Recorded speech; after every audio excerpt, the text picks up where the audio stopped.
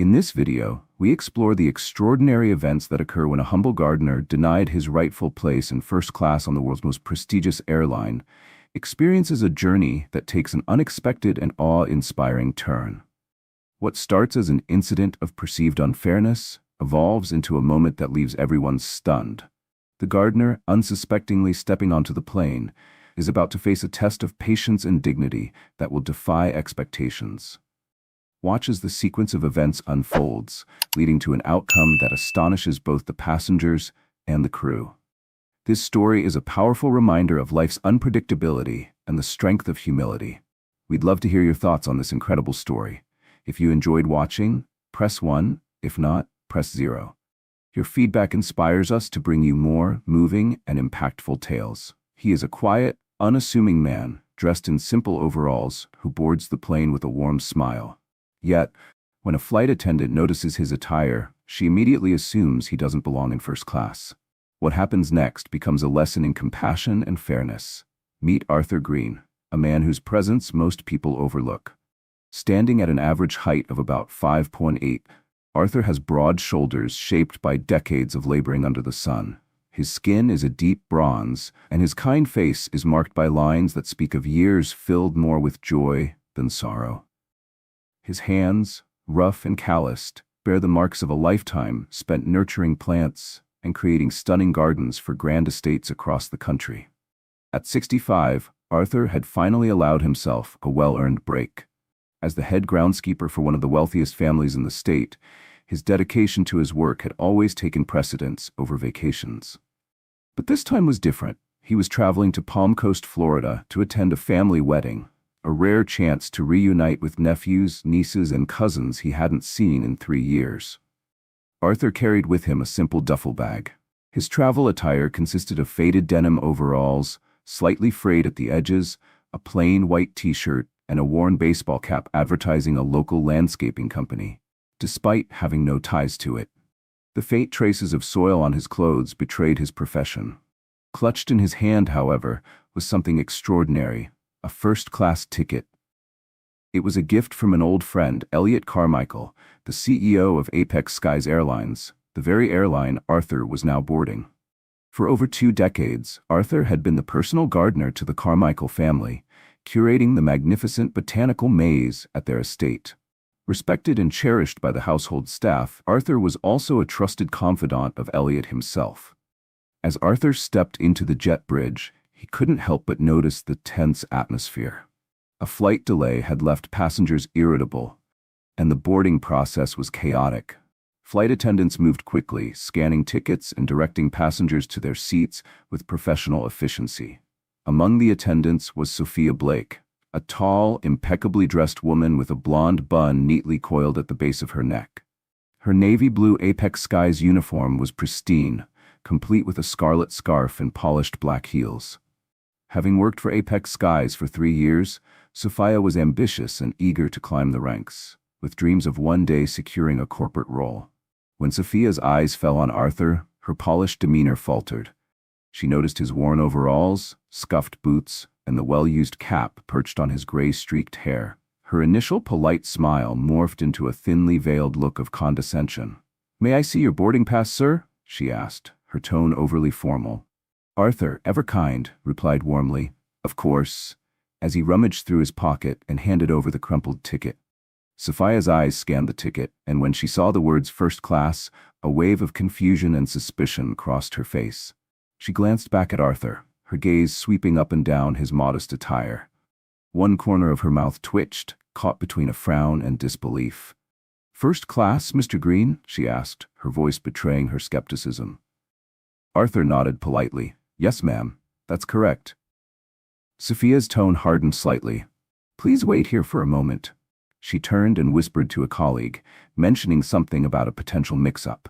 Arthur stood quietly, ignoring the curious glances of other passengers as a knot of unease began to form in his stomach. Sophia Blake's lips twitched slightly, as if unsure whether to form a frown or a forced smile. "First class, Mr. Green?" she asked incredulously. Arthur Green, ever polite, nodded with a warm demeanor. "Yes, ma'am, that's correct." Sophia repeated the words with a brittle tone, her voice tinged with disbelief. She glanced over at Lila Parks, a junior flight attendant nearby, and gave her a look filled with unspoken doubt. Lila shrugged uncertainly, her gaze flickering to Arthur before quickly looking away. "Please wait right here for a moment," Sophia said stiffly, stepping aside to confer in hushed tones with another crew member. Arthur, standing quietly, overheard a faint whisper. Upgrade, mix-up, and economy. A knot tightened in his stomach, but he reminded himself to stay calm. Patience was the lifeblood of a gardener, and Arthur was no stranger to letting storms pass. As curious glances and subtle smirks from other passengers surrounded him, Arthur stood resolutely, his humble duffel bag at his side.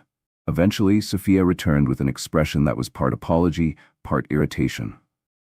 "Mr. Green," she began, "it seems there's been a mix-up with your booking. We're trying to confirm if this seat is indeed yours." Arthur gave a slow nod, his voice calm. "Of course. What do you need me to do?" "May I see your ID?" Sophia asked, "just to ensure it matches our records." Without hesitation, Arthur handed her his driver's license. Sophia scrutinized the small card, typing something into her tablet. After a moment, Lila leaned over to glance at the screen and confirmed softly, "That's correct. He's assigned to seat 3A. Sophia's jaw tightened, though she resisted rolling her eyes. Returning the ID, she said, "Everything appears to be in order, Mr. Green. Please feel free to board and take your seat in first class." Arthur smiled kindly. "Thank you," he said, his voice even. As he walked down the aisle, dragging his duffel bag behind him, Sophia muttered under her breath, "I don't know what's happening to this airline these days." Her words, though quiet, were caught by a few passengers who exchanged knowing glances. One woman rolled her eyes in silent judgment. Arthur caught snippets of the murmuring, but chose to stay quiet. He found his seat in the luxurious front cabin, settling into the plush leather with a sense of unfamiliarity. The spaciousness felt almost foreign to a man accustomed to economy class, but his good friend Elliot Carmichael had insisted on the VIP experience. Arthur wasn't one to argue with the boss. Leaning back with a slight grin, he closed his eyes, trying to block out the growing tension around him. Yet, the drama brewing in the galley was impossible to ignore. In the front galley, Sophia Blake vented her frustration to the chief purser, Victor Torres, a seasoned attendant known for his no-nonsense approach. "I'm telling you, Victor," Sophia whispered sharply, "there's no way someone dressed like that belongs in first class. It must be a mistake. Gardening overalls? Scuffed boots? He must have snuck in somehow." Victor frowned, glancing at his flight manifest. "The system says he's booked for 3A. The payment cleared. He's legitimate, Sophia. Appearances can be deceiving." Sophia crossed her arms, her tone growing defensive. "But we've got corporate executives and VIPs up there. We can't have someone dressed like him sitting next to them. It's bad for the airline's image." Victor sighed, shaking his head. "Sophia, it's not our job to judge passengers based on how they look. It's our job to give everyone excellent service, no exceptions." Though Sophia nodded curtly, her resentment simmered just beneath the surface. She had worked too hard to allow a man in soiled boots to, in her eyes, undermine the prestige of the cabin she prided herself on maintaining. Meanwhile, Arthur could feel the subtle but pointed gazes of his fellow passengers. A businessman with slicked-back hair stole glances, as though Arthur were an anomaly. Across the aisle, a woman with a designer handbag avoided eye contact entirely, shifting uncomfortably in her seat. Arthur ignored them, his calm demeanor unshaken. He reached into his duffel bag and pulled out a well-worn paperback. A mystery novel he had started a week ago. Reading had always been his second love, right after gardening, and the rustle of pages offered a comforting distraction. He adjusted his phone to airplane mode and immersed himself in the story, tuning out the murmurs around him. Overhead, the intercom crackled to life, announcing the final boarding call. As the last passengers hurried to stow their bags, the cabin buzzed with the usual pre-flight activity. But in the galley, Sophia's quiet frustrations continued to build. A storm waiting to break. The engines purred steadily beneath the cabin floor, but the tension among the passengers and crew created a charged atmosphere. It felt as though the day itself had been destined for minor conflicts and disruptions. With the doors finally sealed, the flight attendants began the safety demonstration. At the front of the first-class cabin, Sophia Blake took the microphone. Her smile, practiced and polished, never quite reached her eyes, and she deliberately avoided looking in Arthur Green's direction. "Welcome aboard Apex Skies Flight 7923, bound for Palm Coast," Sophia announced brightly, her tone laced with an artificial sweetness. "Our flight time today is approximately 3 hours and 15 minutes. Please direct your attention to the video monitors or follow along with the safety card in your seat pocket." Arthur listened politely, though his mind wandered. The unease in the cabin was almost tangible, and he felt certain this flight would test his patience. He took a calming breath, reminding himself of his life's guiding principle. Gardens thrive best under steady, patient care. He resolved to endure the turbulence, both literal and figurative, with quiet dignity. The plane taxied down the runway and ascended smoothly into the sky, yet as they climbed, the seatbelt sign remained on longer than usual. The captain's voice soon crackled over the intercom, explaining that moderate turbulence was expected. Passengers exchanged nervous glances, and a few tightened their seatbelts. Once they reached cruising altitude, the cabin staff began their service. As the senior flight attendant in first class, Sophia took charge, moving gracefully down the aisle and addressing each passenger with a compliment or a warm smile. "That's a lovely tie," she said to one man. "What a beautiful handbag," she remarked to another woman. But when she reached Arthur, her demeanor changed. Her posture stiffened, and her smile turned curt. "Can I get you something to drink?" she asked, her tone flat. Arthur smiled gently. "Just a glass of water would be lovely. Thank you." "Water," she repeated, her voice barely masking a note of disdain. Typical. Moments later, she returned with a small bottle of sparkling water and placed it in front of him without ceremony. Unlike the other passengers, who received lemon slices, warm nuts, and cloth napkins, Arthur received only the bottle, as if it were an afterthought. Arthur sighed inwardly, but chose not to complain. He was old enough to know that voicing dissatisfaction rarely changed hearts. Twisting the cap off the bottle, he took a sip and refocused on his paperback, determined to lose himself in the mystery unfolding on its pages. 15 minutes into cruising altitude, the plane jolted suddenly, shaking with unexpected turbulence. Overhead bins rattled, and a collective gasp swept through the cabin. The captain's voice came on, urging everyone to return to their seats and fasten their seatbelts. Sophia quickly strapped herself into the jump seat at the front of the cabin. As the plane swayed and dipped, her eyes darted toward Arthur, as though somehow blaming him for the rough air. Arthur gripped the armrests, his expression calm despite the chaos. He reminded himself that airplanes were designed to handle far worse and focused on steadying his breathing. Eventually, the turbulence eased and the seatbelt sign turned off. Sophia exhaled sharply, smoothed her uniform, and resumed her duties, though her movements carried an edge of tension. Across the aisle, a soft voice broke the silence. "Excuse me, sir?" Arthur looked up to see a young woman in a powder blue suit. Her name tag identified her as Natalie Sanders, and she appeared to be in her late 20s. "I couldn't help noticing your seat assignment," she said hesitantly. "Are you by any chance traveling for business with Carmichael Enterprises?" Arthur blinked, then chuckled. "Not exactly," he replied. "I do some work for Elliot Carmichael personally, gardening work." Natalie's eyes lit up. "You're the caretaker of the Carmichael Estate Gardens, aren't you? I've heard so much about them. I work in the public relations department, and we occasionally do photo shoots on the grounds." Arthur smiled warmly. "Yes, I've been tending to those gardens for a long time now." Natalie returned the smile. "I've been with the company for a few years, but I've never met Mr. Carmichael outside of corporate events. I've heard he has a wonderful relationship with his staff." Arthur nodded thoughtfully. "He does. He's a man who values honest work." Before Natalie could ask another question, Sophia suddenly appeared, placing a hand on the seatback between them. Her smile was tight, and her tone sharp.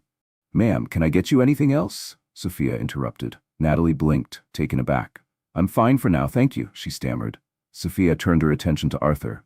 "Mr. Green, if you need anything, please don't hesitate to ask," she said, her voice more polite than before, but clearly forced. Arthur nodded gently. "Thank you." Sophia hurried away, her shoulders stiff with pent-up frustration. Natalie glanced at Arthur with an apologetic smile before turning back to her book, leaving Arthur to wonder just how long the tension in the cabin could simmer before it boiled over. After the turbulence subsided, Sophia Blake resumed her duties, announcing, "We'll be serving the meal shortly." Arthur Green nodded politely, returning to his book, while Sophia glided away, her shoulders stiff with lingering frustration. Across the aisle, Natalie Sanders, the young woman who had earlier recognized Arthur as the Carmichael estate gardener, gave him an apologetic smile before turning back to her reading. Within half an hour, the first-class meal service began. Sophia pushed a cart laden with elegant plates of roasted chicken or grilled salmon, accompanied by sides of vegetables and a small dessert. She approached each passenger with practiced warmth, addressing them by name and complimenting their choice of entree. When Sophia reached Arthur, however, her demeanor shifted. Without asking him what he preferred, she placed a tray with the chicken dish in front of him, muttering, "Here you are." Arthur glanced around the cabin.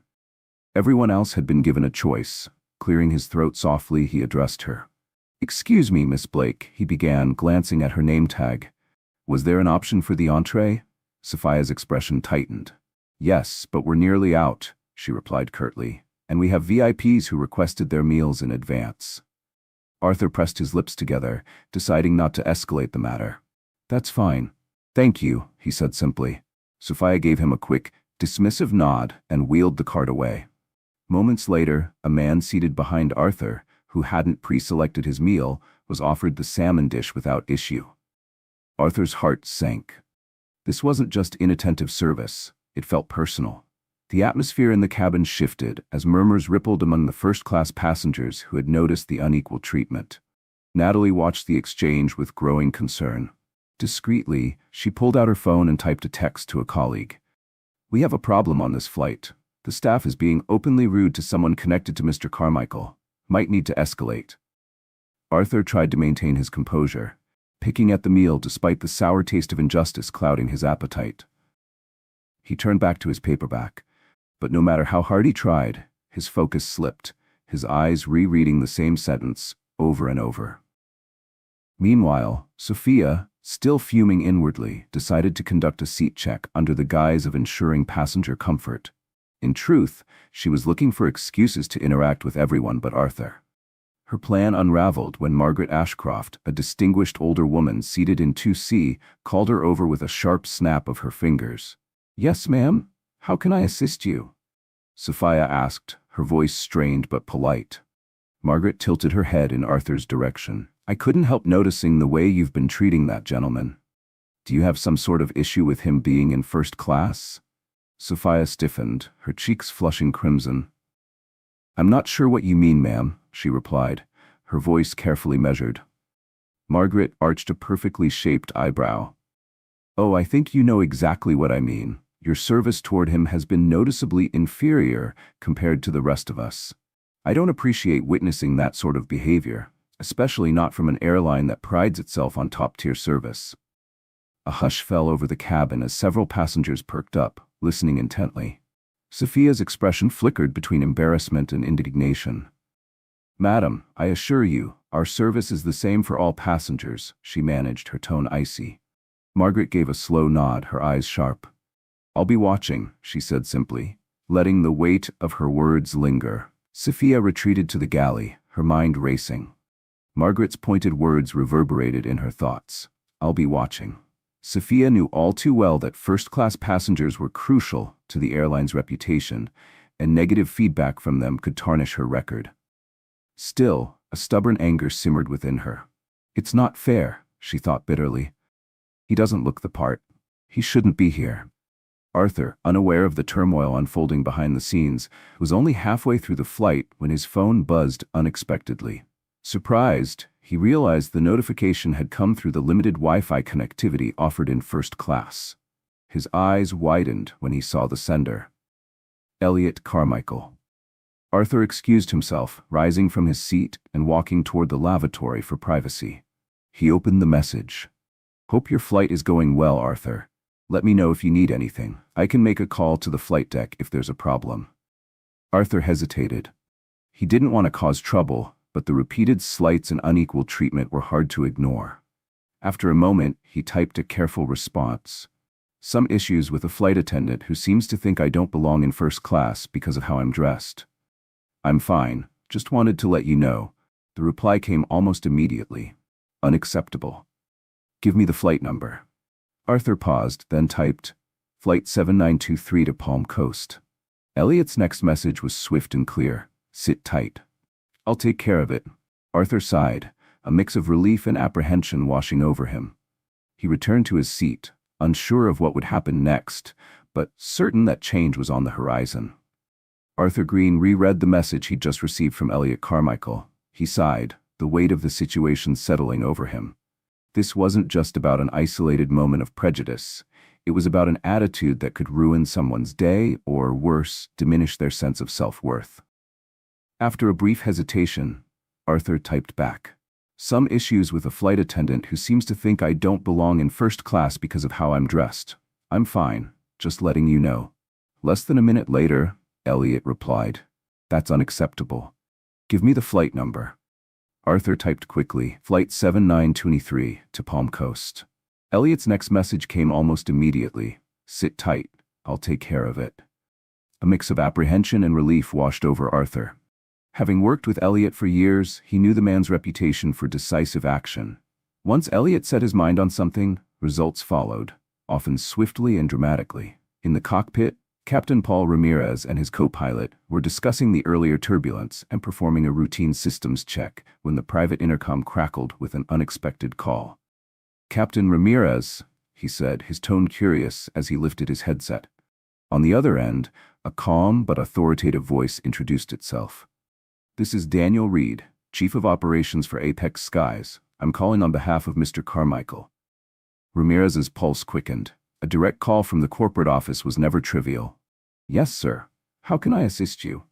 There's been a complaint from a passenger regarding possible discriminatory behavior by one of your first-class attendants. Mr. Carmichael has asked us to address this immediately. Do you copy? The captain felt a knot tighten in his stomach. Understood, sir. May I ask which passenger this concerns? Seat 3A. Name, Arthur Green, Reed replied. The co-pilot glanced at Ramirez, his eyebrows raised. Ramirez responded tersely, Understood. I'll take immediate action, thank you. As the line clicked off, Ramirez rubbed his temples. This was the last thing he needed, but he understood the gravity of the situation. Elliot Carmichael demanded excellence from everyone associated with his airline, and if one of his trusted acquaintances was being mistreated, the fallout could be severe. Ramirez stood, sighing heavily, and activated the intercom to call the chief purser, Victor Torres, to the cockpit. Within moments, Victor arrived, carefully shutting the door behind him. You wanted to see me, Captain? Victor asked. Ramirez explained the situation succinctly. Corporate just called. There's a complaint about a passenger in 3A, Arthur Green. They're saying he's facing discriminatory treatment. Mr. Carmichael himself is involved. What's going on out there? Victor sighed deeply, rubbing his forehead. I suspected this might escalate. Sophia Blake has been acting strange about him from the start. She questioned his seat assignment and hasn't been providing him the same level of service as the other passengers. I told her to treat him like everyone else, but clearly it hasn't sunk in. Ramirez frowned, his expression stern. You know Carmichael doesn't tolerate this. Fix it now. And if Sophia has crossed a line, file a formal report. We can't let this slide. Victor nodded solemnly. Understood, Captain. I'll handle it. Victor stepped out into the galley, where Sophia was meticulously checking her beverage inventory. Her face was flushed, though whether from exertion or frustration was unclear. Sophia, Victor said quietly. She looked up startled. Yes? Step into the galley with me. We need to talk. Sophia hesitated, her pulse quickening, but followed him to a discreet corner away from the passenger's view. We just received a message from the captain, Victor began, his tone serious. Corporate has been notified about a discrimination complaint from Seat 3A. That passenger is connected to Mr. Carmichael. This is serious. Is there something you need to tell me? Sophia's eyes widened, a mix of fear and indignation flashing across her face. Discrimination? I was just doing my job. He doesn't look like he belongs in first class, and I was only trying to verify his seat. Victor's expression hardened. That's not your job, Sophia. The manifest shows his ticket is legitimate. And now, thanks to your behavior, corporate is involved. If this continues, you could lose your position." Sophia's cheeks flushed crimson. She had worked tirelessly to get to where she was, and the thought of losing it all over a gardener made her seethe. "Fine," she said through gritted teeth.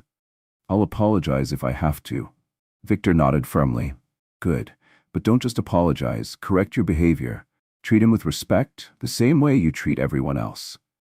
Sophia swallowed her resentment, forcing a reluctant nod. "Understood." As Sophia returned to her duties, she struggled to suppress the storm of emotions brewing inside her. A voice whispered in the back of her mind, "Is this really how it ends? Everything I've worked for because of him?" Yet as her frustration simmered, another voice, a quieter, more introspective one, began to creep in. "Maybe I've been wrong. Maybe this isn't about him at all." As Sophia Blake stood in the galley, a storm of conflicting emotions churned inside her. Though she never considered herself prejudiced, her actions had betrayed an undeniable bias. She told herself it was about appearances and upholding the airline's brand image, but deep down, she knew better. When she finally emerged, Sophia forced a pleasant expression onto her face, masking the turmoil beneath. She approached seat 3A, where Arthur Green sat calmly flipping through the in-flight magazine. Across the aisle, Natalie Sanders, the public relations staffer, watched the interaction with open curiosity. Arthur looked up as Sophia cleared her throat. "Mr. Green," she began, her voice tight, "I'd like to apologize if my service has not been to your satisfaction. At Apex Skies, we value all our first-class passengers. Hope you enjoy the rest of your flight." Her words were mechanical, devoid of warmth or sincerity. Arthur met her gaze, his calm demeanor unbroken. Behind her polite facade, he could see the inner conflict, the apology hollow and forced. "Thank you," he replied quietly, his tone even. Sophia nodded briskly and retreated, her heart hammering in her chest. She felt the weight of countless eyes on her, from Arthur, Natalie, and even Margaret Ashcroft in 2C, who gave her a pointed look, one filled with both disapproval and pity. As Sophia passed through the cabin, the tension was palpable. But Arthur was not the only story playing out on this flight. A few rows back, a middle-aged man scrolled frantically through an email that seemed to threaten his career. In the bulkhead seats, a couple argued in hushed tones about the upcoming wedding they were attending, hinting at scandalous secrets surrounding the groom. Yet, amidst the swirling subplots, all eyes seemed drawn to the humble gardener. Somehow, Arthur Green, dressed in overalls and carrying a modest duffel bag, had become the central figure in a drama that had reached all the way to the airline's CEO mid-flight. Hours passed slowly as the cabin lights dimmed, signaling the approach of the flight's final stretch. Many passengers dozed or watched their seatback screens, but Arthur found himself unable to sleep. He gazed out of the window at the dark, star-speckled sky, his thoughts drifting back to the many years he'd spent under the sun, tending gardens that people admired without question. On the ground, no one judged him by his clothes or skin. His work spoke for itself. But here, confined in the narrow aisles of an airplane, prejudice had flourished in a way that was impossible to ignore. A soft beep interrupted his reverie. Arthur glanced at his phone, surprised to see another message from Elliot Carmichael. "Arthur, just heard from Ops. They alerted the captain. Let me know if things improved. If not, we'll handle it upon landing." Arthur hesitated, then typed back carefully. "She apologized, but it was forced. I'll be fine. Appreciate your help." After a moment, he added, "I don't want anyone to lose their job, just fair treatment." The response came swiftly. "Understood. But I won't tolerate my people being treated with disrespect." Arthur sighed deeply, shutting his eyes. Elliot's unwavering loyalty was comforting, but Arthur couldn't help worrying about the potential fallout for Sophia. Nobody deserves to lose their job over one bad interaction, he thought, though the bitterness of her attitude still lingered. The captain's voice came over the intercom, announcing the plane's descent into Palm Coast. Passengers stirred, raising their seatbacks and folding their tray tables. Sophia walked the aisles with mechanical precision, ensuring compliance without meeting Arthur's gaze. As the plane descended, turbulence shook the cabin once more. Sophia gripped the overhead bin for balance as the co-pilot urged everyone to remain seated. Arthur, having flown many times, calmly placed his book in the seat pocket and tightened his seatbelt.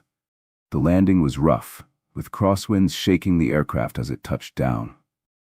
Gasps rippled through the cabin, but when the wheels screeched against the tarmac and the plane finally rumbled to a stop, a smattering of relieved applause broke out. Arthur felt a wave of relief. This tense, conflict-filled flight was finally over. As the seatbelt sign turned off, passengers stood to retrieve their belongings.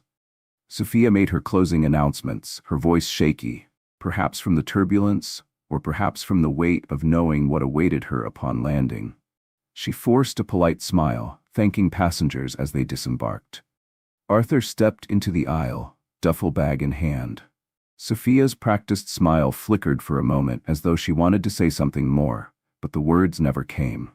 Arthur offered her a polite nod and continued forward, pausing briefly in the galley to bid farewell to the junior attendant, Lila, who gave him a warm smile. "Have a good day, sir," she said sincerely. Arthur nodded in gratitude, stepping into the bustling jet bridge and into the warm embrace of the world outside the airplane. Arthur Green stepped into the bustling jet bridge, bidding farewell to Lila Parks, the junior attendant who offered him a genuine smile. "Have a good day, sir," she said warmly. Arthur nodded, appreciating her sincerity, and joined the flow of tired travelers making their way toward the terminal. The humid air of Palm Coast greeted him even before he exited the air-conditioned walkway. He sighed, already picturing the sunlit gardens he would soon return to after this tumultuous trip. At the end of the jet bridge stood 3 individuals in sharp suits, each wearing official Apex Skies badges. Their expressions were serious, and the tallest of the group, a man with silver hair and a stern demeanor, scanned the disembarking passengers. When his gaze locked onto Arthur, he stepped forward purposefully. "Mr. Green?" he asked. Arthur nodded, surprised and uneasy. "Yes. I'm Daniel Reed, Chief of Operations. Mr. Carmichael asked us to meet you here," Reed explained. His voice was calm but carried a sense of urgency.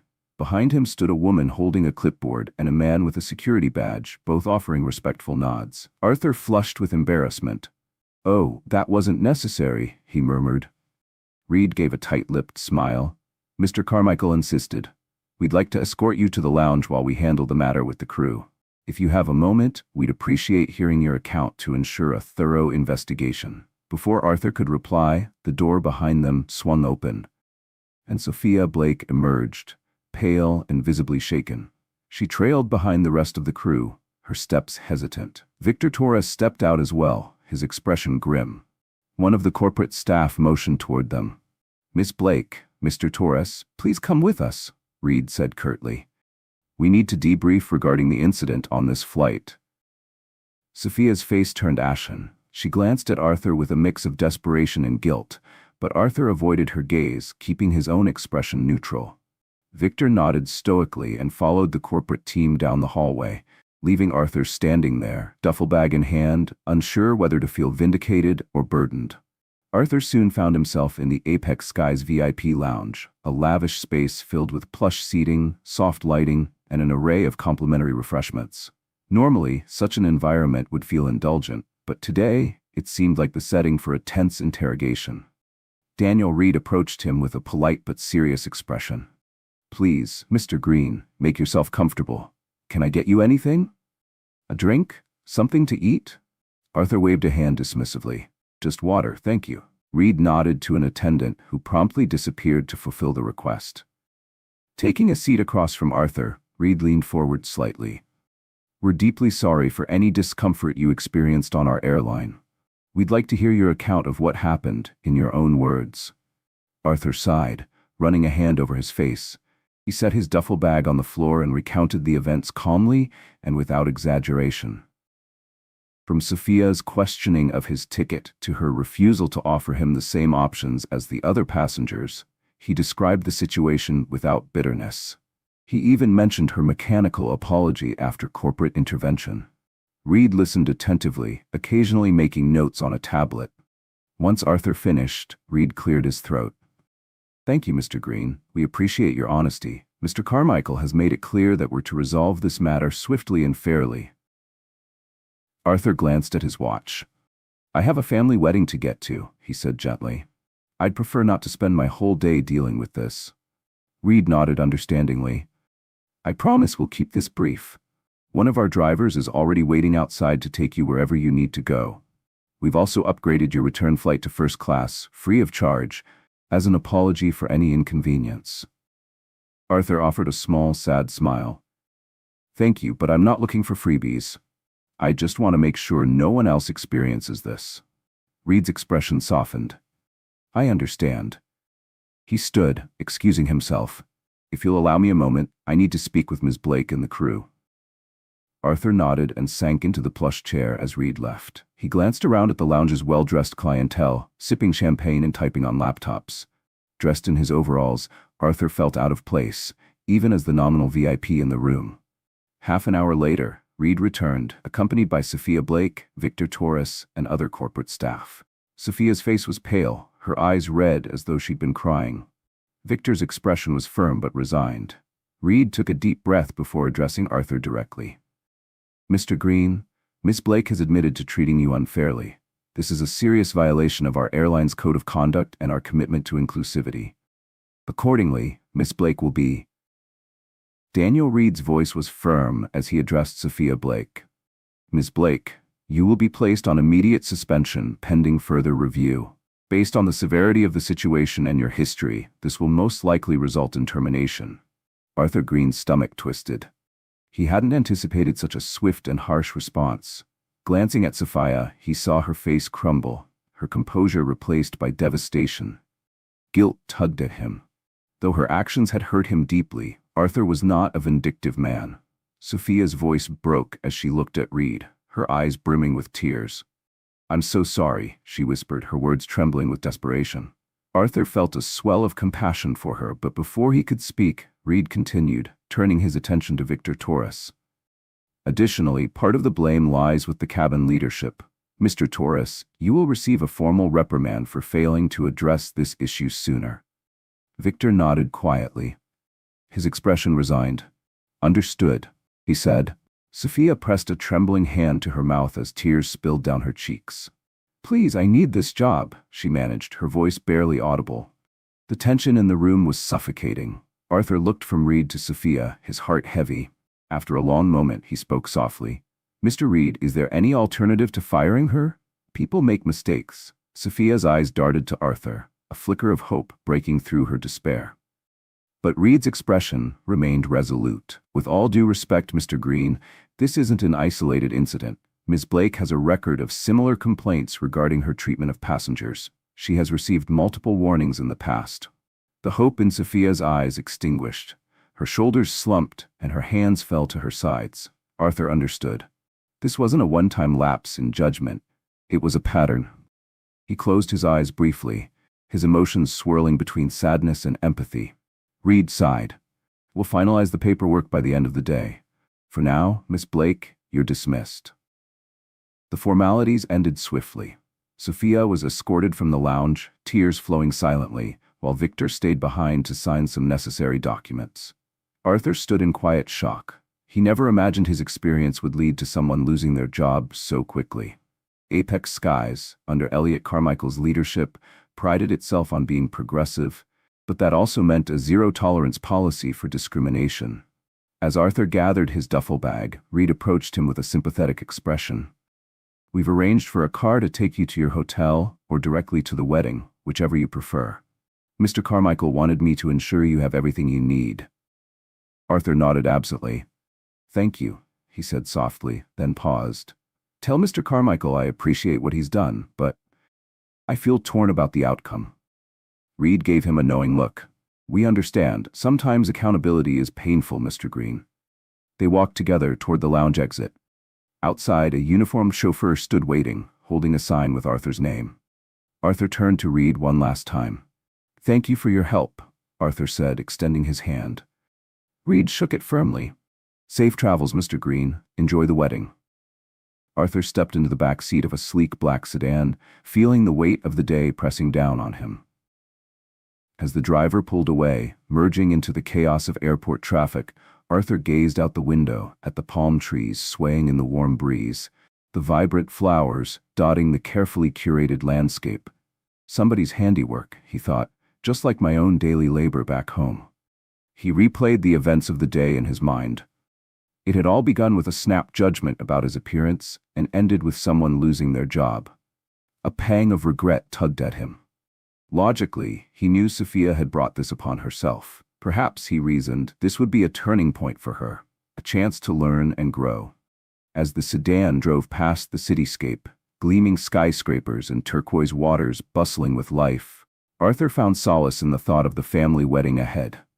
Soon he'd be dancing with loved ones, reconnecting with relatives, and soaking in the warmth of the Florida air. He thought of a saying he'd often repeated to himself in times of trial: "You can't always prevent the storm, but you can control how you respond to it." Perhaps this storm was meant to teach lessons, not just to Sophia, but to everyone who had witnessed or heard about it, including himself. When the car dropped him off at a modest beachside hotel, Arthur thanked the driver and reached into his pocket to tip him. The driver smiled and shook his head. "It's covered, sir. On behalf of Apex Skies." Arthur returned the smile faintly. "Thank you." He grabbed his bag and stepped onto the curb, breathing in the salt-laden air. The tension of the day began to melt away as he thought about the celebration awaiting him. Arthur Green stepped out of the car and onto the curb, the ocean breeze tussling his hair and carrying the faint scent of salt. A wave of relief washed over him. He was finally free of the plane, the corporate formality, and the tension that had shadowed his journey. He was just Arthur Green again, a humble gardener standing among the swaying palm trees. Inside the hotel lobby, a lively group of his relatives waited. Excited hugs and boisterous laughter filled the air. Arthur's nephew, whom he hadn't seen in years, rushed forward, half tackling him in a warm embrace. Soon, nieces and cousins swarmed around him, peppering him with questions. Arthur laughed, tears pricking his eyes as he realized how much he had missed them. They eagerly asked about his flight, but he gave them only a brief version of events, glossing over the humiliations and focusing instead on the surprising resolution. Some gasped in shock, others shook their heads in dismay, and a few younger relatives were indignant, promising to post about the incident on social media. Arthur held up a calming hand. "It's done," he said gently. "Let's just celebrate this wedding." The wedding day dawned bright and early. Rows of white chairs faced a wooden arch draped with vibrant tropical flowers, and the ocean shimmered serenely in the background. Arthur, dressed in a simple yet elegant suit, far removed from his everyday overalls, replaced his work boots with polished dress shoes.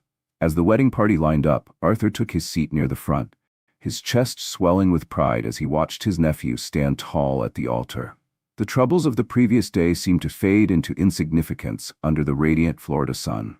Family, love, and the promise of new beginnings overshadowed everything else.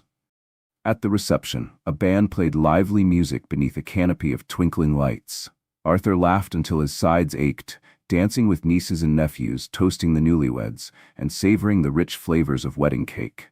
At one point, his nephew leaned in, his voice soft with concern. "Uncle Arthur, are you okay? You seem quieter than usual." Arthur smiled, patting his nephew's hand. "I'm fine, just reflecting on life, the ups and downs. I'm grateful to be here." His nephew grinned and pulled him onto the dance floor once more. With each step, Arthur let the memory of the flight slip further into the background. The next day, as Arthur lounged on a terrace overlooking the ocean, his phone buzzed.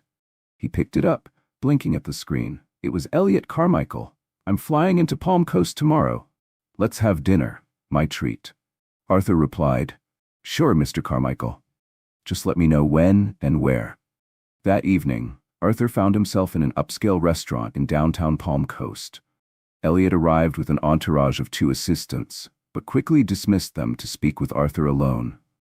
Dressed in a tailored suit, Elliot's imposing presence was softened by his genuine warmth as he greeted Arthur with a firm handshake and a friendly pat on the back.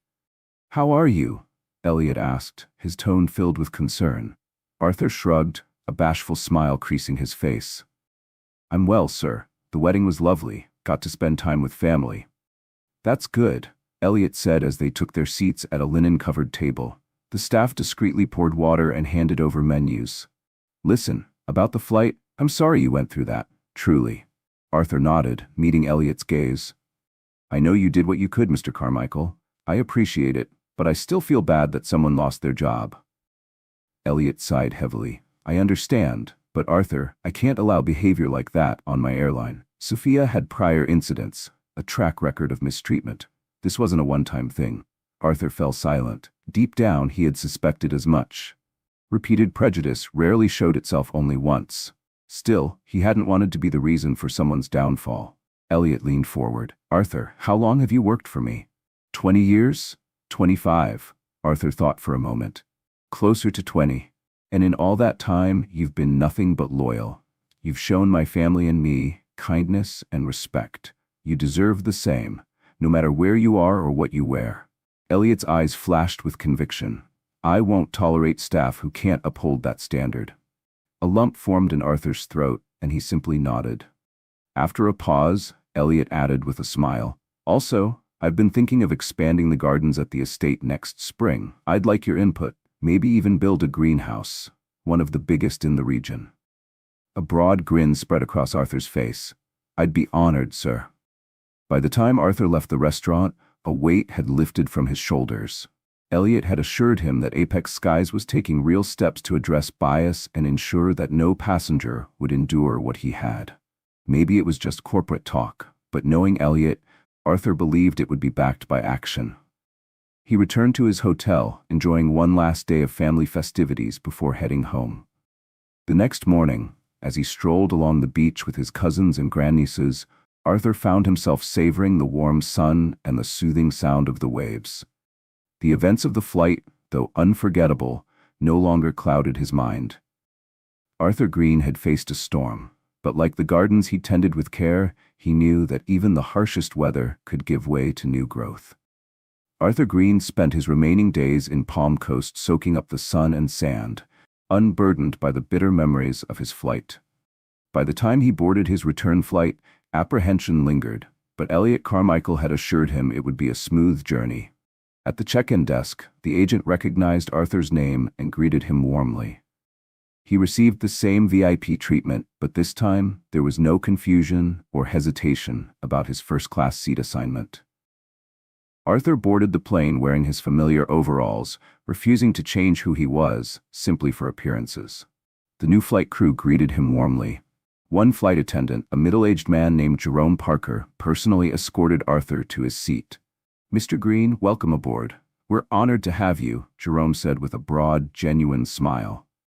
Arthur nodded appreciatively, settling into the plush leather seat. Jerome even offered to hang Arthur's well-worn cap for him. As the plane began its journey, Arthur exhaled deeply. The turbulence of the prior experience had passed, leaving behind a sense of peace. Though life was never free of challenges, he felt confident that, like the gardens he so lovingly tended, something beautiful would bloom from this experience. Back home, Arthur resumed his familiar routine. Rising before dawn, he walked through gardens he knew, as well as the lines on his hands. He pruned roses, watered orchids, and envisioned the grand greenhouse Elliot had mentioned. He imagined it as a magnificent glass and steel structure filled with exotic blooms and rare ferns, perhaps open to the public on special occasions. Meanwhile, news of his flight experience rippled through Apex Skies.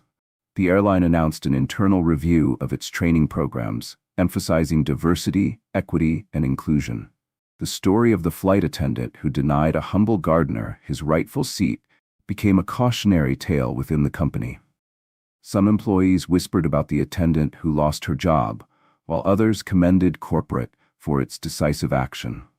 Leadership workshops were scheduled and new policies were implemented to ensure such incidents wouldn't happen again.